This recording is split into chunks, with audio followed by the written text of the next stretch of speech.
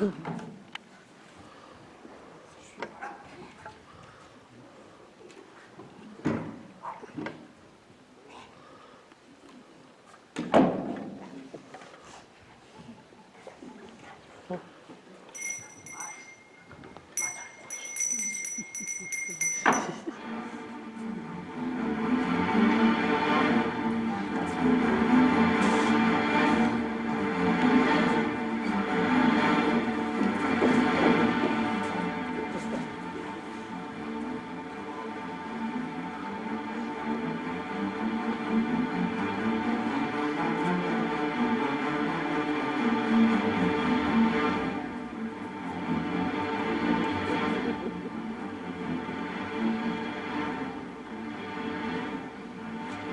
êtes bien certaine de ne pas vous tromper, ma fille?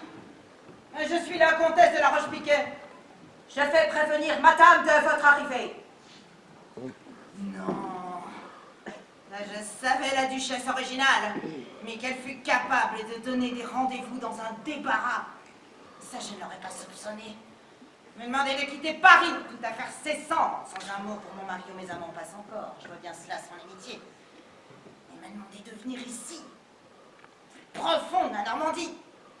N'a-t-on idée de mettre la campagne aussi loin de Paris? Vous êtes sûre que nous ne sommes pas passés par l'entrée de service? Ah, certaine, madame. Par l'entrée de service, vous vous croiriez à la CAF. Alors, je dois imaginer ce que vous pensez à la CAF. Madame la duchesse n'a pas habité cette maison depuis 30 ans. Elle avait raison. Il y a quelques jours, elle a décidé de revenir ici. Elle a eu tort. Mais cette odeur, ma fille, cette odeur. Le renfermer. C'est étrange. La pierre, du bois, du tissu. On a l'impression d'ordinaire que ce sont les humains qui dégagent les odeurs et voilà que les objets s'y mettent et qu'on les laisse tranquilles. Pardonnez-moi, madame, mais j'entends une voiture. Comment nous sommes plusieurs? Mon Dieu, ce portrait.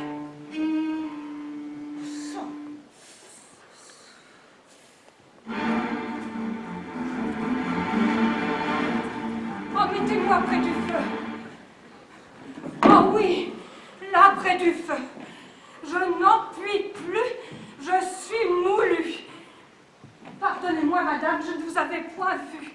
Hortense de Hauteclair, ou plutôt par la grâce de Dieu, sœur Bertie des Oiseaux. Comtesse de la Roche-Piquet. Comme je suis heureuse de vous connaître, je suis encore toute étourdie, j'en suis à mon premier voyage. Oh, vous êtes très belle. Oh, comment peut-on garder son calme au milieu de toutes ces secousses, de tous ces chaos? Je dois être horrible à voir, non? Oh, quelle importance! Le Seigneur, en nous faisant femme, nous a rendu la vertu bien difficile. Il est si malaisé d'oublier son visage. À votre place, j'y arriverai fort bien. Comme vous avez l'esprit juste, l'excès d'humilité révèle l'orgueil. On ne parle plus que de soi. Je suis une sotte bien prétentieuse. Je suis tellement émue. Oh, cette lettre de la duchesse de Vaubricourt, moi qui n'en reçois jamais. Puis la supérieure qui me réveille en pleine nuit, la berline à la porte de derrière, le cocher tout nos noirs vêtus, et toutes mes sœurs qui dorment sans savoir où je suis. Un enlèvement, en quelque sorte. Oh, oui, exactement. Oh, vous devez me trouver bien frivole. Votre réclusion vous en donne le droit. Et j'estime pour ma part que la frivolité est une vertu qui sied bien à une femme. Je suis moi-même dévote de ce parti-là. Je ne devrais pas vous laisser dire cela. Il faudrait ne pas longtemps. Oh mon Dieu! Vous l'aurez choqué. Là, le portrait. Tiens, vous connaissez cet homme? J'ai jamais vu. Ah vous avez crié pourtant. Jamais vu. Connais pas du tout. Ça ne lui ressemble pas. C'est le froid, la chaleur, le voyage, le fait de se retrouver assise tout d'un coup. Je n'aurais jamais dû partir. Je vais retourner au couvent, je vais attraper la mort ici. Oh. Et il vous a tant fait souffrir? Oh oui, tellement. Mon Dieu, mais qu'est-ce que vous me faites dire? Aidez-moi, il faut que je retourne au couvent. Il faudra m'excuser auprès de Madame la Duchesse, lui dire que mon cocher a été rappelé au couvent.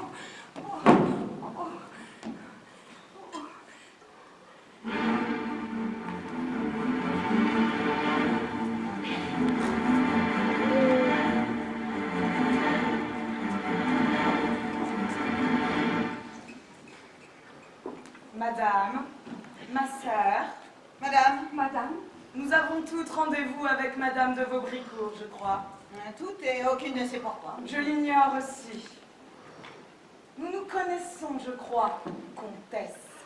Et nous nous sommes côtoyés. Vous parliez dans certains salons où je me contentais de paraître mademoiselle de la Tringle. Mademoiselle de la Tringle, la célèbre Mademoiselle de la Tringle, l'auteur de Diane et Phébus, des malheurs de la destinée, des astres de l'amour est dans le pré, de la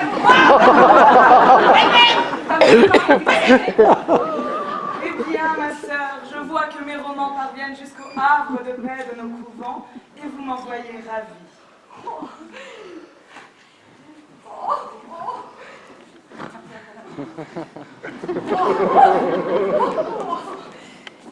Ils y parviennent, certes, mais sous la cornette, nous n'avons pas le droit de les rompre. D'ailleurs, moi, je n'ai lu que les astres de l'amour. Sœur Blanche, elle, s'est effacée avec Diane et Phébus. On ne l'a jamais revue. Diane et Phébus, bien sûr. Pas Sœur Blanche. C'était si beau et si petit. Le ton était si élevé. Ah, ça se place sur des hauteurs qui ne sont point celles de l'amour terrestre. Tant de constance, de fidélité, d'obstacles et d'attente. Et tout cela pour rien. Pas un baiser, ni même une accolade. Ce sont peut-être des romans d'amour, mais c'est ennuyeux comme la vertu. Mademoiselle ne parle jamais de la fougue des retrouvailles. La chaleur qui corde des étreites entre les amants. Sans doute manque-t-elle totalement d'imagination ou d'expérience. Je n'ai jamais pu finir un seul de ces romans. J'ignorais que vous sussiez lire. Il est vrai, je n'en ai guère le temps. Moi, voyez-vous, les histoires d'amour, je n'ai pas l'habitude de m'asseoir à un bureau pour les vivre. Je vois. Vous les écrivez sur votre peau. Oui, et encore. Oh, man! Oh, mesdames, paix entre vous, voyons, paix entre vous. Ne nous comportons pas comme de pauvres femmes. Tâchons plutôt de comprendre pourquoi Madame la Duchesse nous a fait venir ici. Je crois qu'il s'agit de quelque chose de grave. Mesdames, paix entre vous, je vous en prie, paix entre vous. Que va penser Madame la Duchesse? Madame la Duchesse est pleine d'indulgence pour l'humanité. Disons qu'elle a perdu toutes ses illusions, ce qui revient au même. Bonsoir, mesdames. Rien que vous êtes charmantes. Toutes ces Parisiennes à la campagne, comme c'est frais, comme c'est piquant. Un vrai bouquet divin.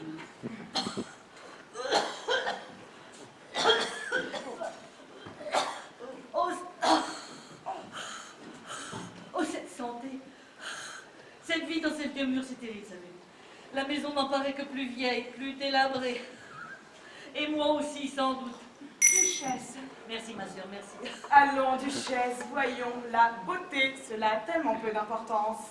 Pas cela, c'est une parole de laide, on pourrait vous croire.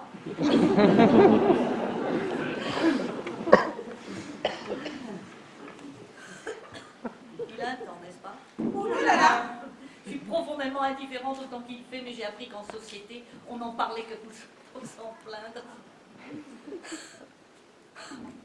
Il a un temps, n'est-ce pas? Oh là là. Bon, j'imagine cependant, Duchesse, que ce n'est pas pour nous délivrer ces désopilantes réflexions sur l'existence que vous avez pris la peine de nous mander ici. Je vous reconnais bien là, Aglaé. Toujours directe, franche, impolie, la parole prompte. Je vous dois en effet des explications. Mais je vous en prie, asseyez-vous. Eh bien, voilà.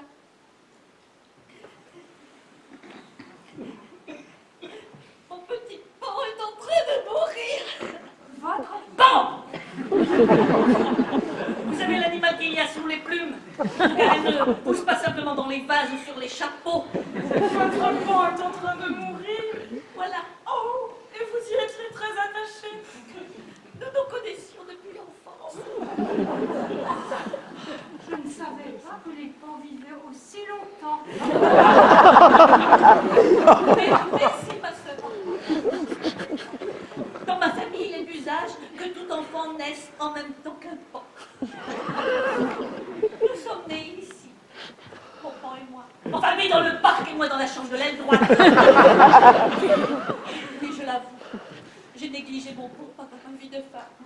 Et puis, presque par hasard, il y a 15 ans, je suis revenue ici et j'ai trouvé mon pan dans un si pauvre état, grossi, boiteux, déplumé, rhumatisant, cette queue ne déployant plus qu'un éventail édenté que je me suis apitoyée sur nous-mêmes. Eh oui, nous avions vieilli. Il était bien passé le temps de nos splendeurs, car je dois dire sans fausse modestie que c'était un très sincère que j'espère ce soir. Les victimes de Don Juan. Victime à chaque fois qu'on touche au géant. J'ai montré. Les lois de la nature exigent que pendant quelques instants vous niez. Mais s'il vous plaît, soyez forts. Évitez-moi ces grands délits, ces protestations. Passez directement à l'assentiment. Don Juan doit venir. Il ne sait rien. Il croit se rendre à un bal. Mais nous, 4 femmes qu'il a bafouées, 4 femmes défaites que la mémoire torture et le passé supplicie, 4 femmes ici, ce soir, le jugeront et le condamneront. Cette nuit, nous ferons le procès de Don Juan. Nous le jugerons et le condamnerons. Ouais, et à quoi? À réparer. Comment? En épousant une de ses victimes, en lui étant fidèle et en la rendant heureuse. Ridicule, il ne voudra jamais. Il acceptera. Vous rêvez? J'ai ici une lettre de cachet, en blanc. Le roi me devait bien cela. Il me suffirait d'y inscrire son nom, et voici le marché que nous proposerons à Don Juan ce soir, la réparation ou la prison. Ah bah, bravo Duchesse, hein, de la belle. Oh, et qui épouse-t-il? J'imagine que cela aussi vous l'avez prévu. Aucune d'entre vous, rassurez-vous. Plutôt mourir. C'est bien ce que je pensais. Nous sommes toutes des victimes anciennes de Don Juan. Tout l'amour s'est éteint en nous. Seule la haine reste vivace. Mais il y a au-dessus de nos têtes une jeune fille dont les 20 ans veulent mourir. 20 ans. Il n'y a qu'à 20 ans qu'on est assez vivant pour vouloir mourir. Elle a 20 ans. C'est une histoire banale pour nous. Elle a connu Don Juan. Il l'a séduite, puis abandonnée comme les autres. Sa mère filleule. Sganarelle, le valet de Don Juan, a pris les déplorables mais bien utiles habitudes d'enregistrer les conquêtes de son maître dans sa fenêtre de maroquin vert. Vous aimez les chiffres? Sganarelle les adore, Don Juan aussi peut-être. Allemagne 640, Italie 231, 100 pour la France, en Turquie 91, mais en Espagne déjà 1003. 1003 1003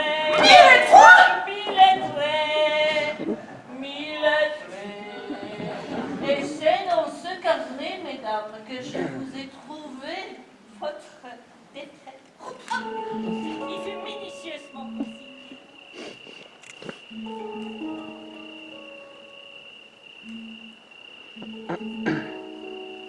Je suis entré par le cimetière. La lune montrait sa face noire. Un silence de chien qui hurle à la mort.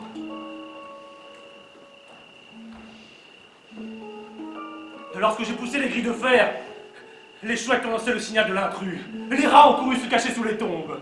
Les vers luisants se sont mis en veilleuse. Je crois que je les avais un peu dérangés.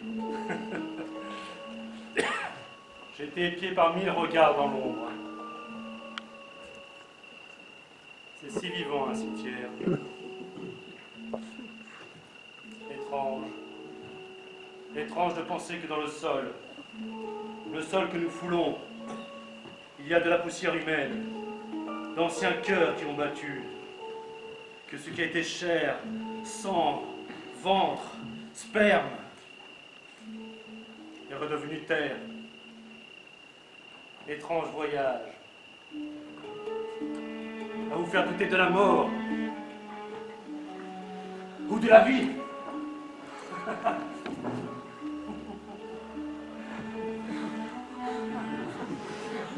On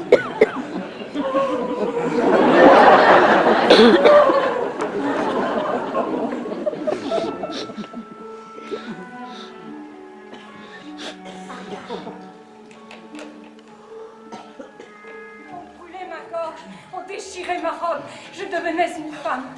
Je ne sais comment personne ne le remarqua, mais l'air s'était figé autour de nous. Les visages s'estompaient un à un, et nous restions seuls vivants au monde. À la fin du repas, tu t'es levé. Tu as fait mine d'engager quelques conversations, de distribuer quelques compliments, mais c'était pour mieux t'approcher de moi. Et lorsque tu fus tout près, que nous manquions de tomber l'un contre l'autre, tu m'as glissé le billet. Pas le plus troublé. Ton billet au contact de nos mains. En tout cas, nous étions complices. Nous avions déjà un secret. Je me suis retirée pour Ce lui. soir à 10 h devant les moustiers bleus. Demain, je ne serai plus de ce monde. Un rendez-vous. Interdit. Au clair de lune, Bien sûr, j'ai tout de suite pensé que je n'irais pas. Ma tête disait non. mais mon cœur disait oui. Alors il a fallu attendre. Oh, les heures interminables qui me séparaient de l'instant où je n'irais pas te rejoindre. Voilà, tu m'as filé à court. Oh, les plus beaux yeux, la la plus plus belle belle bouche, bouche, les les plus plus petites petites mains. Je te laissais faire. Les narines dilatées, j'aspirais tes compliments. Quand tu te fis plus pressant, je me refusais. Je sentais ton désir d'homme, mais on m'avait appris à dire non. Alors je me suis enfuie, je crois. C'était devenu le seul moyen de te résister. Je courus m'enfermer dans ma chambre et je fondis en larmes derrière la porte. Il se passa de longues minutes. Puis j'entendis un faible grattement. Qui est-ce? C'est votre fiancé. Mais je vous assure, il faut mieux qu'il ne soit pas là. Mais enfin, pourquoi nous devons l'entendre? Il entend, du coup, ne faites que le regarder. Donjon, je tiens absolument à ce que nous fassions l'instruction sans vous, sinon nous n'y arriverons jamais. Ces dames, à qui vous avez déjà fait perdre toute vertu, perdent également toute objectivité. Il a le droit de s'expliquer. Je tiens intégralement à recueillir sa déposition. Non, il parle trop bien. Dès qu'il ouvre la bouche, il vous tient. Allez, allez, on rentre. Vous attendez ici qu'on vous rappelle.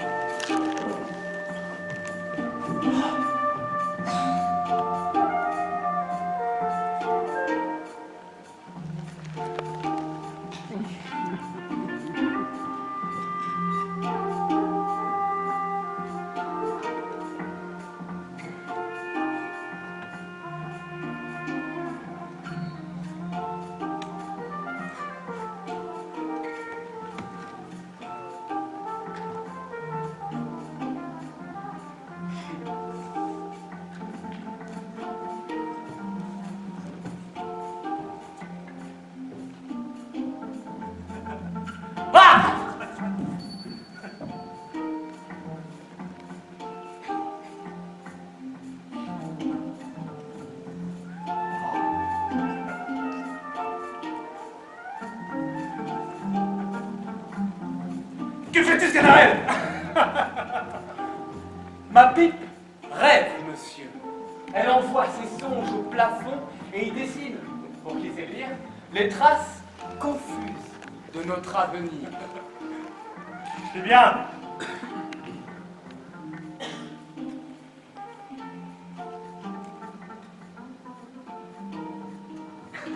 L'avenir est agité, monsieur. En effet, il y a des courants d'air. Ah! Ah!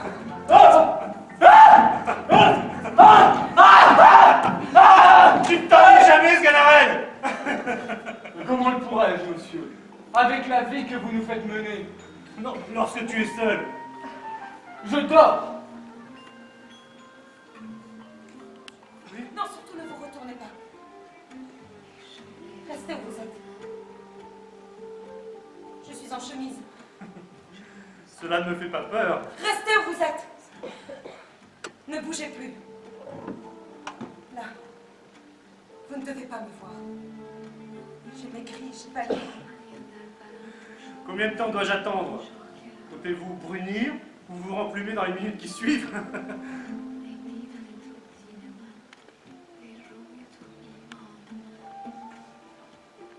Juan.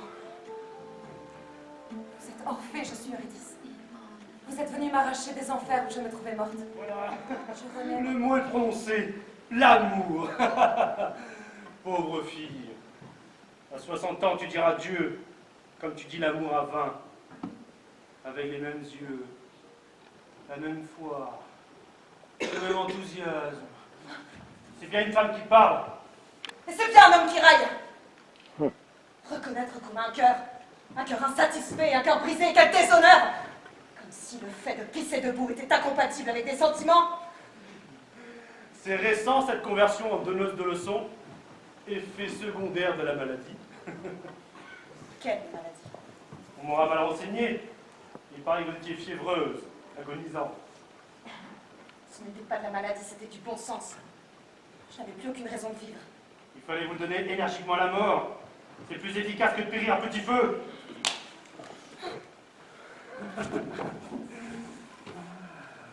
C'est amusant, hein? Oui.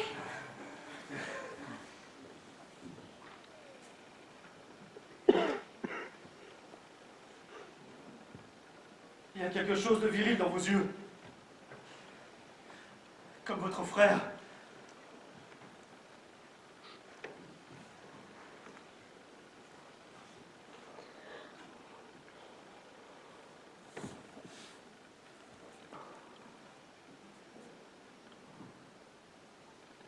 Don Juan, dites, est-ce vrai que nous allons nous marier? Vous faites bien d'épargner la demande en mariage. J'en ai tellement fait. De fausses. Celle-ci est donc bien vraie. C'est une vraie. Vous ne partirez pas. Je ne partirai pas. Oh, Don Juan. Ah, je n'avais donc pas tort de penser que vous Ah, m'aimiez. ne dites pas de sottises. Je ne vous aime pas le moins du monde. Me marier avec vous, c'est bien assez. Non. On n'épouse pas comment? Si. Pas Don Juan. Surtout, Don Juan. Personne n'est éternel, un oiseau encore moins. Don Juan ne descend pas, ma reine. Allons, mon petit, nous parlons. Et cependant, nous avions dit que Mais Don dis Juan... donc, vous avez l'air bien fraîche, vous, pour une malade. On m'a envoyé des autres. Don Juan. Tu as raison, je vais me le rappeler. Comment mon petit frère ne soit pas mort? Viens. Duchesse. Duchesse, je dois dire que j'ai parfois du mal à comprendre le rapport entre ce que nous faisons et votre banc. Ne cherchez pas ma pote à glaïer, il n'y en a pas. C'est du catisme, du pur catisme. Et je remercie Dieu de m'avoir permis d'arriver à un âge où l'on peut radoter sans remords. Les gens disent, oh bah, la vieille est gâteuse, et m'en veulent pas. Certains même poussent la complaisance jusqu'à s'extasier sur mon âge. M'en donne d'ailleurs un que je n'ai pas. À les emprunts, j'aurais connu Saint-Louis.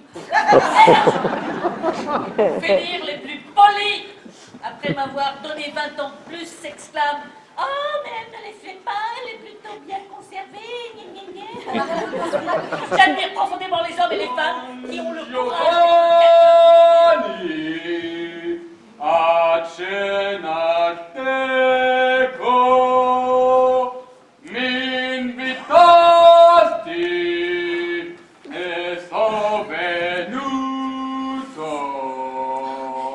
Don Juan, qu'avez-vous? Rien. Ma reine, ce procès est vraiment nécessaire. tout à fait bon. Mais vous allez lui faire du mal. Espérons-le. Vous êtes odieuse. Vous ne pensez pas à notre bonheur. Ma petite, je me soucie de votre bonheur comme de l'orgasme des libellules. Ce n'est pas pour vous que nous organisons ce procès, c'est pour moi. Et nous.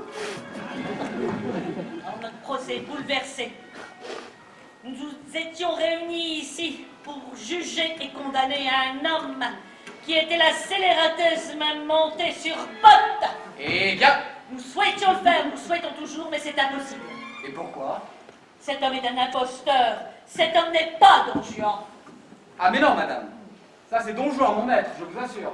Mais approchez-vous donc, valet. Vous êtes aveugle et observez donc ses épaules qui s'arrondissent. Voyez le temps qui tisse sa toile sur son visage, ces petits fils de riz qui relient les paupières aux oreilles et les oreilles aux lèvres. C'est Comme nous tous. C'est impossible. Don Juan n'est pas soumis aux lois du temps. C'est vrai, j'ai changé. Traître, vous n'avez pas le droit de changer. Alors notre procès aussi a changé. Hier, nous vous reprochions d'être Don Juan. Aujourd'hui, nous vous accusons de n'être plus Don Juan. Le chef d'accusation est clair, vous avez trahi la traîtrise. Le procès peut commencer. Hier, femme mariée, je sais plus, je connais mal mon texte, bref. C'était une petite soirée paisible, où nous laissions le mal et les larmes derrière nous, lorsque, soudainement...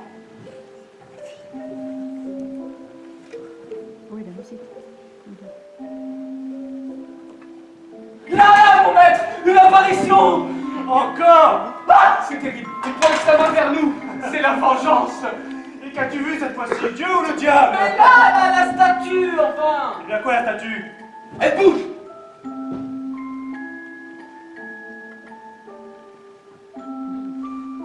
C'est vrai, elle tend la main. Ne la touchez pas, il ne faut pas. Et voyons, elle me tend la main. Elle va vous brûler! Mais ne la touchez pas, enfin, elle va vous brûler, je vous ai dit! Vous vous rappelez pas de votre passé, dégage alors, et puis elle va vous emmener dans les enfers comme d'habitude, parce que c'est comme ça que ça marche, les statues, quoi! Enfin, monsieur, arrêtez les... Et enfin, là, c'est quoi ça? Pourquoi vous faites ça, monsieur? Enfin! Et pourquoi il faut pas qu'il la touche? Quoi? Pourquoi il faut pas qu'il la touche? Mais enfin, mais parce que dans Don Juan, les origines, il y a la statue d'un commandeur qui est le père d'une des victimes de Don Juan, et la statue emmène Don Juan dans les enfers, hein. Arrêtez, maître, je vous en prie, arrêtez, ne faites pas ça. Ah, ne faites pas ça, s'il vous plaît.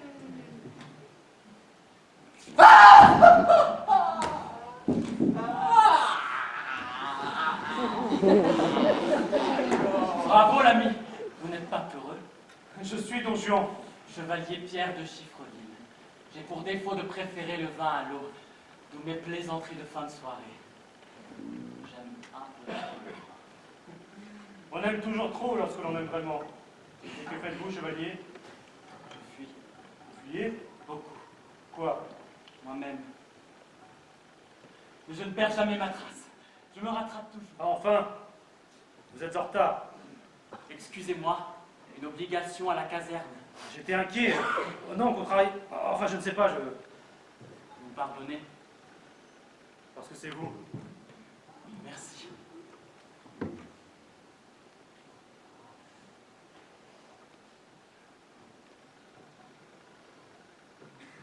Qu'avez-vous fait aujourd'hui? J'ai attendu. Quoi? Ce soir. Moi? Nous? Moi? Pourquoi pas? Peut-être qu'après des années passées à manger des femmes, jusqu'à l'indigestion, je dois éprouver le besoin de jeûner. Vous êtes ma diète.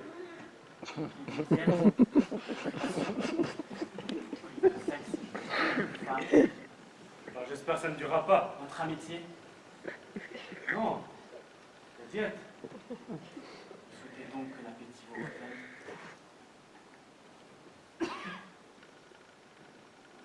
Oui.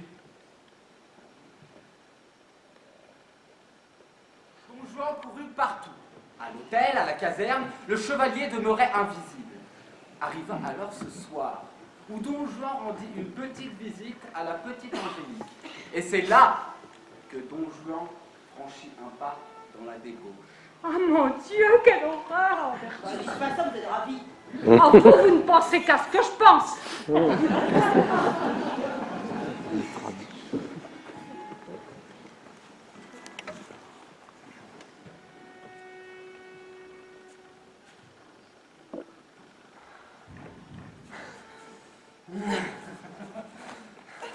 Don Juan? À cet homme, et pourquoi vous cherchez mon frère? Non, C'est moi que vous êtes venu voir. je crois. D'ailleurs, où est-il votre frère? Depuis quelque temps, il a multiplié les extravagances. Il a tenu contre tout bon sens à se fiancer à une fille borne de la noblesse du voisinage. Se fiancer? Et dans le même temps, il se pavane au bras d'une créature. Une torche rousse qui promène toujours une petite marionnette à la main. Fiamétal, putain! Elle s'en va toujours à moitié nue, s'embrasse dans les lieux publics et traîne dans tous les lieux qui sointent la grâce et le vin. Le scandale court les rues derrière. Cela vous fait de la peine.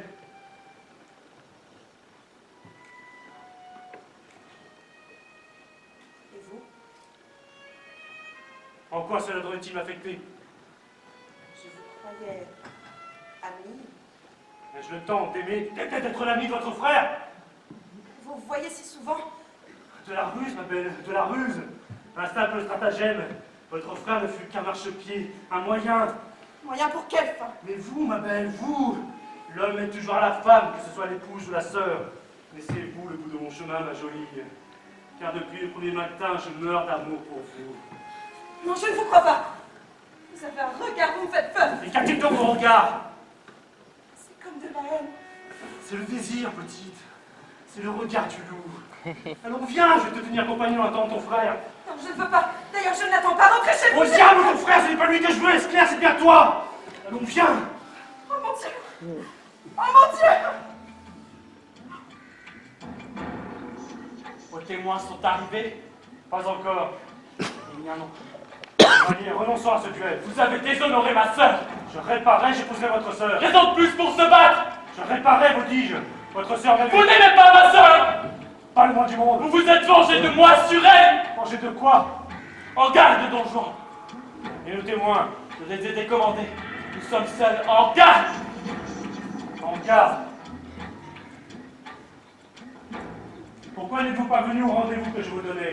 Vous a sûrement répondu, je n'avais pas le temps. Tu ne me feras pas croire que la vie militaire dans une ville de garnison tout d'un coup... Qu'est-ce que t'en sais?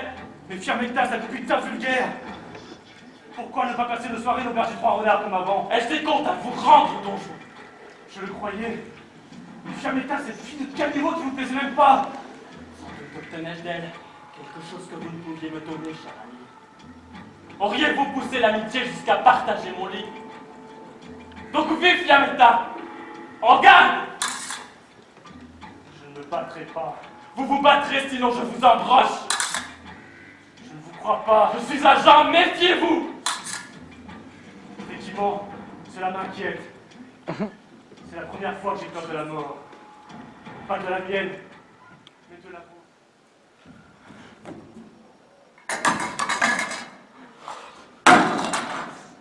Mais je n'ai rien fait.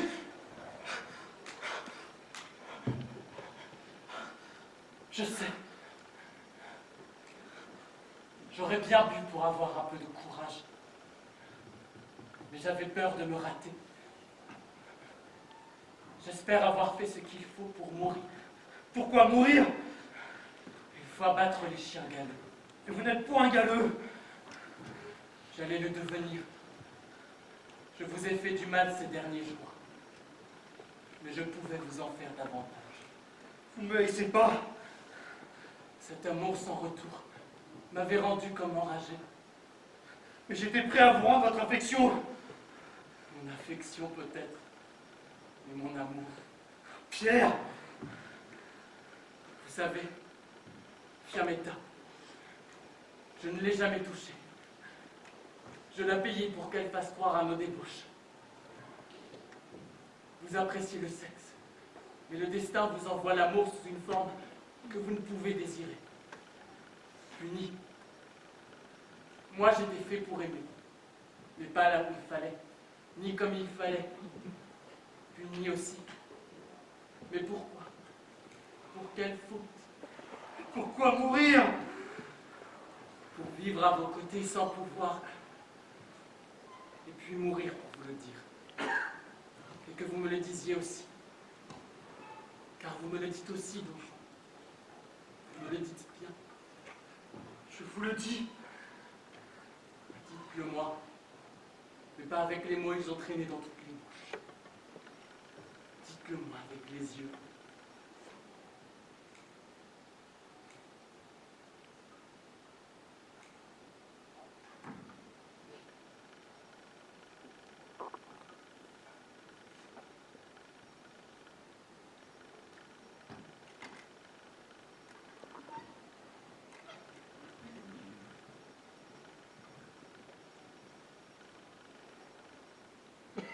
Non! Non! Oh non!